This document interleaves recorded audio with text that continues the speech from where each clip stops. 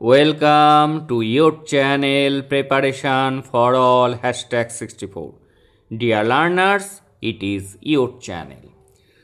তোমরা যারা D.El.Ed part 1 2024-26 সেশনে পড়ছো তোমাদের জন্য কিন্তু ধারাবাহিকভাবে ক্লাস চলছে শনি, মঙ্গল এবং বৃহস্পতিবার সন্ধে 6টার সময়।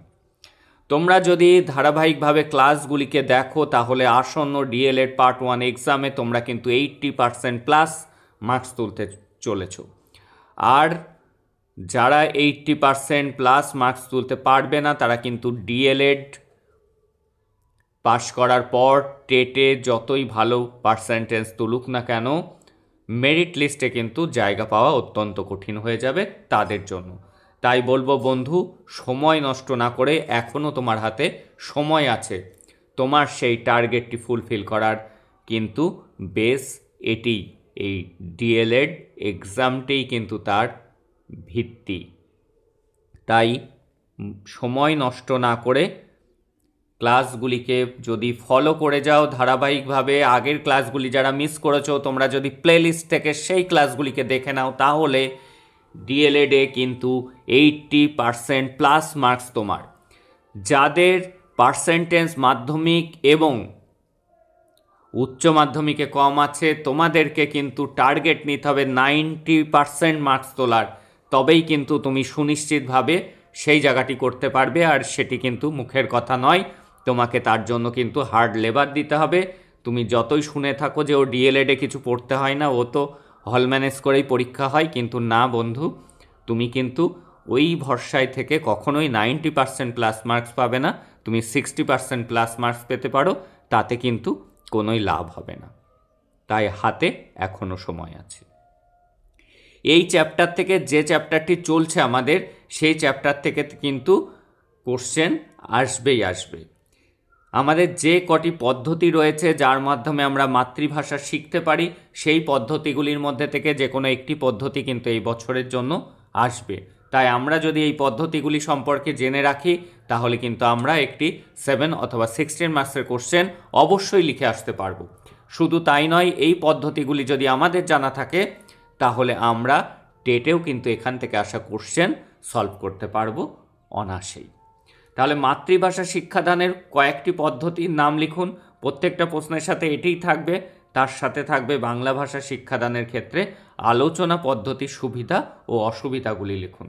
বর্ণানুক্রমিক পদ্ধতি, শব্দানুক্রমিক পদ্ধতি নিয়ে আগের ক্লাসটি হয়েছে, আজকে ডে 5 ক্লাস, ডে 4 যারা দেখোনি তারা অবশ্যই দেখে নিও। তাহলে এই পদ্ধতিগুলি সম্পর্কে কিন্তু একটা তোমাদের স্বচ্ছ ধারণা তৈরি হবে। মাতৃভাষা শিক্ষাদানের পদ্ধতিগুলি হলো: 1 বর্ণানুক্রমিক পদ্ধতি, 2 শব্দানুক্রমিক পদ্ধতি, 3 বাক্যানুক্রমিক পদ্ধতি, বর্ণনাক্রমিক পদ্ধতি, বাক্যানুক্রমিক পদ্ধতি, আলোচনা পদ্ধতি, বিবৃতিমূলক পদ্ধতি এবং প্রকল্প পদ্ধতি। আজকে আমরা যে পদ্ধতি সম্পর্কে জানবো সেটিও একটি গুরুত্বপূর্ণ পদ্ধতি, সেটি হলো আলোচনা পদ্ধতি। আলোচনার মাধ্যমে ক্লাসে গ্রুপ স্টাডির মাধ্যমে কিভাবে তারা সমস্যার সমাধান করবে, কিভাবে সিদ্ধান্তে পৌঁছাবে, সেটি কিন্তু আলোচনা পদ্ধতি। এতে কিন্তু স্টুডেন্টরা অ্যাক্টিভভাবে পার্টিসিপেট করতে পারে, তার ফলে পড়ার বিষয়ে, জানার বিষয়ে তাদের কিন্তু আগ্রহ বৃদ্ধি পেতে থাকে এবং এর মধ্যে দিয়ে কিন্তু শৃঙ্খলা বোধ গড়ে ওঠে, পরস্পর সহযোগিতামূলক চিন্তা গড়ে ওঠে, একে অপরকে সাহায্য করা এই মনোভাবটি তাদের মধ্যে তৈরি হয় এবং পরের মতের প্রতি সম্মান দেওয়া, কেবলমাত্র তর্কই নয়, সুস্থ আলোচনা, অন্যে কি বলছে সেটি তারা মনোযোগ দিয়ে শুনবে, তারপরে নিজের মতামত দেবে। এর ফলে একটা ক্লাসে মিথস্ক্রিয়া তৈরি হয়, সবাই সবার কাছ থেকে নতুন নতুন কিছু শিখতে পারে। তাহলে এবার দেখে নেব আলোচনা পদ্ধতি কি। এটা কিন্তু একটি দলগত পদ্ধতি। আলোচনা এক প্রকার দলগত পদ্ধতি। দলগত অর্থাৎ যেখানে একা নয়, সবাই মিলে কোনো একটা শিক্ষা গ্রহণ করা হচ্ছে সবার সহযোগিতায়, সেটি কিন্তু দলগত পদ্ধতি। এই পদ্ধতিতে শিক্ষক ও শিক্ষার্থী উভয়ই অংশগ্রহণ করে। এই পদ্ধতিতে শিক্ষার্থী শিক্ষকের মধ্যে ব্যবধান থাকে না। গণতান্ত্রিক আদর্শে এবং পারস্পরিক সহযোগিতায় আলোচনার মধ্যে দিয়ে বিবিধ সমস্যার সমাধান করাই হলো আলোচনা পদ্ধতি। তাহলে কি এইটি একটি দলগত পদ্ধতি। এখানে কিন্তু শিক্ষক শিক্ষার্থী উভয়ই অংশগ্রহণ করে এবং এই পদ্ধতিতে শিক্ষার্থী এবং শিক্ষকের মধ্যে কোনো ব্যবধান থাকে না। গণতান্ত্রিক আদর্শে শিক্ষার্থীরাও কিন্তু তাদের নিজস্ব মতামত প্রকাশ করতে পারে এবং পারস্পরিক সহযোগিতা মাধ্যমে আলোচনার মধ্যে দিয়ে বিভিন্ন সমস্যার সমাধান করা হয়। সেটি হলো আলোচনা পদ্ধতি। আলোচনা পদ্ধতির সুবিধা এবং অসুবিধা লিখতে দিয়েছে। আলোচনা পদ্ধতির সুবিধা কি? শিক্ষার্থীরা সক্রিয়ভাবে শিখনে অংশগ্রহণ করে। এখানে কিন্তু অ্যাক্টিভ পার্টিসিপেশন, আগেই বলেছি, সক্রিয় অংশগ্রহণ করার সুযোগ থাকে শিক্ষার্থীদের। তারা বিবিধ পুস্তক পাঠ করে এবং নতুন নতুন তথ্য সংগ্রহে আগ্রহী হয়। কি শিক্ষার্থীরা সক্রিয়ভাবে অংশগ্রহণ করে, তারা বিবিধ নানা ধরনের পুস্তক পাঠ করে এবং সেখান থেকে নতুন নতুন তথ্য সংগ্রহে আগ্রহী হয়ে ওঠে। তাহলে তাদের মধ্যে পড়ার আগ্রহটা সঞ্চার করে এই আলোচনা পদ্ধতিতে শিক্ষাদান। শিক্ষার্থীদের মধ্যে পরমত সহিষ্ণুতা ইম্পর্টেন্ট পয়েন্ট। অন্যের মতকে সম্মান দেওয়া, পারস্পরিক সহচার্য, একে অপরকে সহযোগিতা করা প্রভৃতি যে সামাজিক গুণের বিকাশ ঘটে। এগুলি এক একটা কিন্তু সামাজিক গুণ। এই গুণগুলির কিন্তু ছোট থেকে তাদের মধ্যে বিকশিত হতে থাকে। আর কি? আলোচনা পদ্ধতি আলোচনায় শিক্ষার্থীদের স্বাধীনভাবে মতামত প্রকাশের সুযোগ থাকে। এখানে শিক্ষকই কেবল বলবে, স্টুডেন্টরা শুনবে এমন নয়, কিন্তু এখানে কিন্তু শিক্ষার্থীরাও তাদের নিজস্ব মতামত প্রদান করতে পারে। তাহলে তাদের স্বাধীনভাবে মত প্রকাশের সুযোগ থাকে। ফলে তাদের মধ্যে আত্মবিশ্বাস জাগ্রত হয়, কনফিডেন্স লেভেল তাদের কিন্তু বাড়ে, কারণ সেখানে কিন্তু তার নিজস্ব মতামতের সুযোগ থাকে। আলোচনার মধ্যে দিয়ে শিক্ষক শিক্ষার্থী সম্পর্ক সুদৃঢ় হয়। শিক্ষকের সাথে স্টুডেন্টদের সম্পর্কটা কিন্তু সুদৃঢ় হয়ে ওঠে।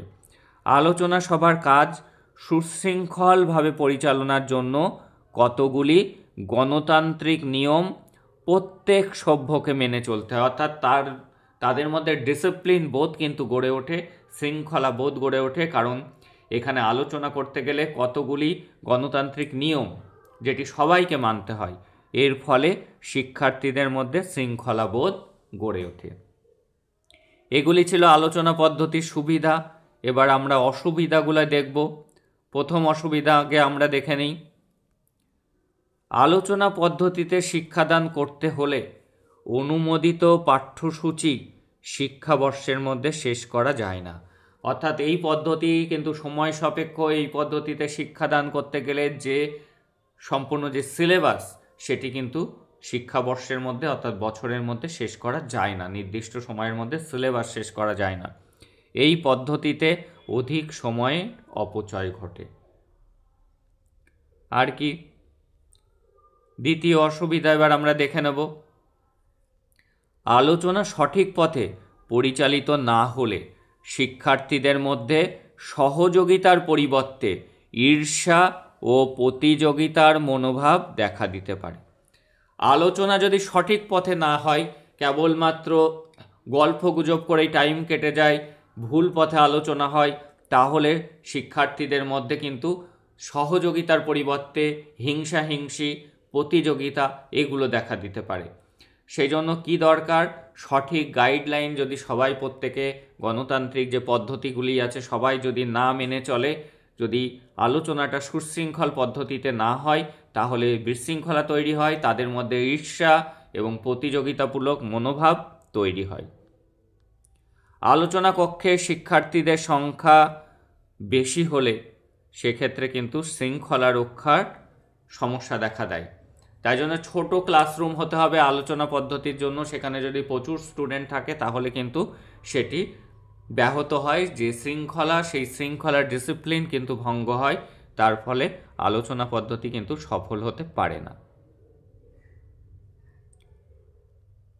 আলোচনা সাধারণত অপেক্ষাকৃত ভালো শিক্ষার্থীরা, যারা পড়াশোনায় ভালো, তারাই কিন্তু অংশগ্রহণ করে, তারাই বক্তব্য দেয়। বাকিরা যারা একটু পিছিয়ে পড়া স্টুডেন্ট আছে তারা কিন্তু ভয় পায়, তারা কিন্তু কিছু মতামত তারা দিতে চায় না। পশ্চাৎপদ শিক্ষার্থীরা হীনমন্যতার জন্য আলোচনায় যোগ দিতে কুণ্ঠাবোধ করে।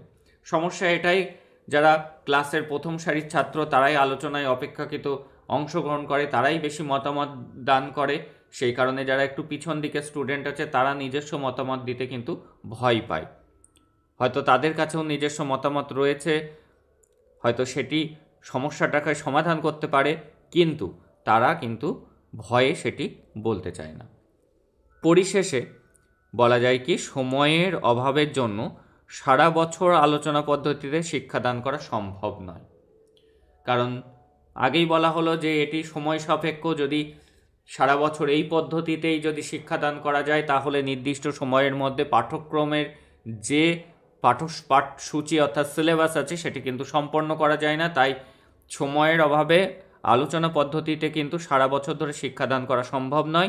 তবে অন্যান্য পদ্ধতির মাঝে মাঝে আলোচনার সভার আয়োজন করে শিক্ষা দিলে শিক্ষণ কার্যকারী হতে পারে।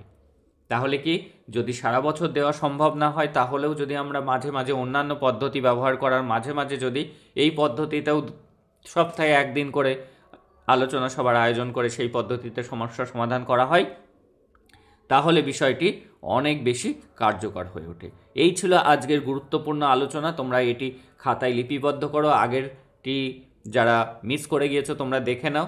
তোমরা যদি ক্লাসগুলিকে করো ডেফিনেট তোমরা 80% প্লাস মার্কস তুলতে পারবে। যারা আগের বছর দেখেছিল তারা কিন্তু 80% প্লাসই মার্কস পেয়েছে। That's all today. দেখা হচ্ছে পরের ক্লাস।